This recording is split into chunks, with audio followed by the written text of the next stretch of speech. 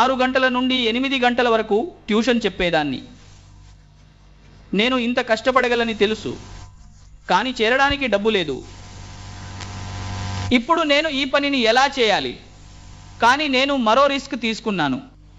నేను కూడా ఒక నిర్ణయం తీసుకున్నాను. అదేంటంటే అప్పు చేసి సెక్యూర్ లైఫ్లో చేరాను.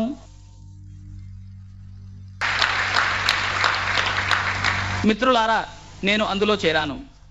కానీ ఎందుకో చాలా వింతగా అనిపిస్తూ ఉండేది. మీతో సీనియర్లు, జూనియర్లు కూడా ఉంటారు. పని చేయడం బాగుంటుంది. కానీ నాతో ఒక వింత సంఘటన జరిగింది. 2 రోజులకే నన్ను చేర్పించిన సీనియర్ నా డాడీని నేనే తయారు చేయించుకొని, దానికి కొరియర్ కూడా నేనే చేసి తిరిగి వస్తుండగా నాకు ఈ ప్లాన్ చూపించిన నా సీనియర్ కలిశారు. ఆయన నాతో, మాస్టర్, నువ్వు ఇరుక్కుపోయావు అన్నారు. నాకు చాలా కోపం వచ్చింది.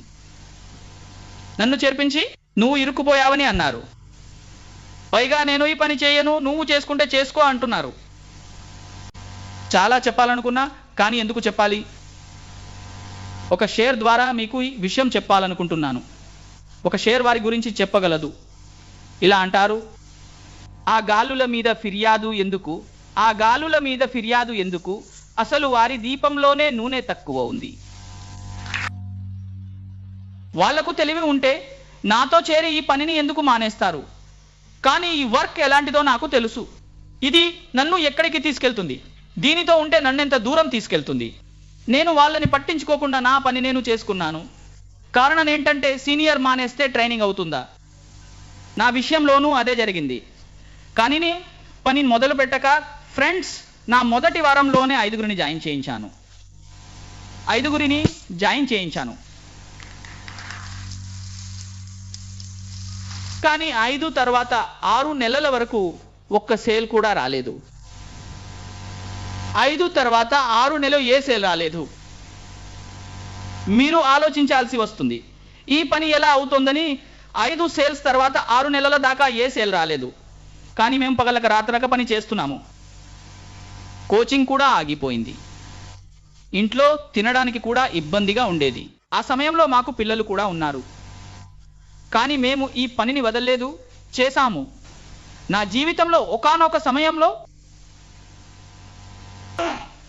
ఫ్రెండ్స్, ఈ సెక్యూర్ లైఫ్ని వదిలేయాలని ఫిక్స్ అయిపోయాను. ఇక దీన్ని వదిలేస్తానని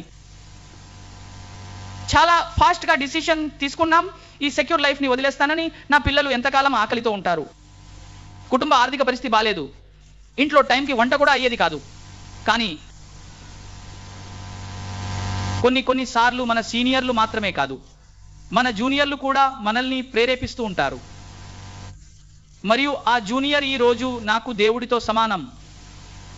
ఆ జూనియర్ ఆ టైంలో నన్ను మోటివేట్ చేయకపోతే నేను ఇక్కడ ఉండేవాడిని కాదు. ఆ జూనియర్ నన్ను మోటివేట్ చేశాడు. సార్, మనం ఏం చేశాం? 6 నెలలు పని చేశాం కదా, ఇంకొంచెం చేద్దాం. జూనియర్ ఇంత పట్టుదలగా ఉంటే నేను చేయాల్సిందే. నేను మళ్ళీ పని మొదలు పెట్టాను. అదే సమయంలో అతను ఒక గెస్ట్ను తీసుకువచ్చి, సార్, ఇతనికి ట్రైనింగ్ ఇవ్వాలి, ఎక్కడ అని అడిగాడు.